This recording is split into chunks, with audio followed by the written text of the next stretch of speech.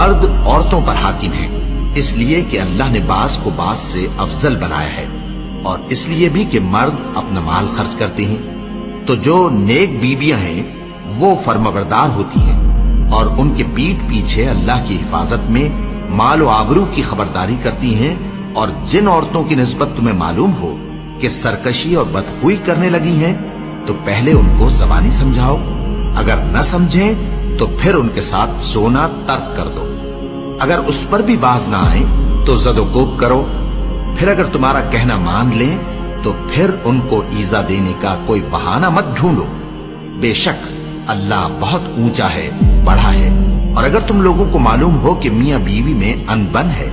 تو ایک منصف مرد کے خاندان میں سے اور ایک منصف عورت کے خاندان میں سے مقرر کرو،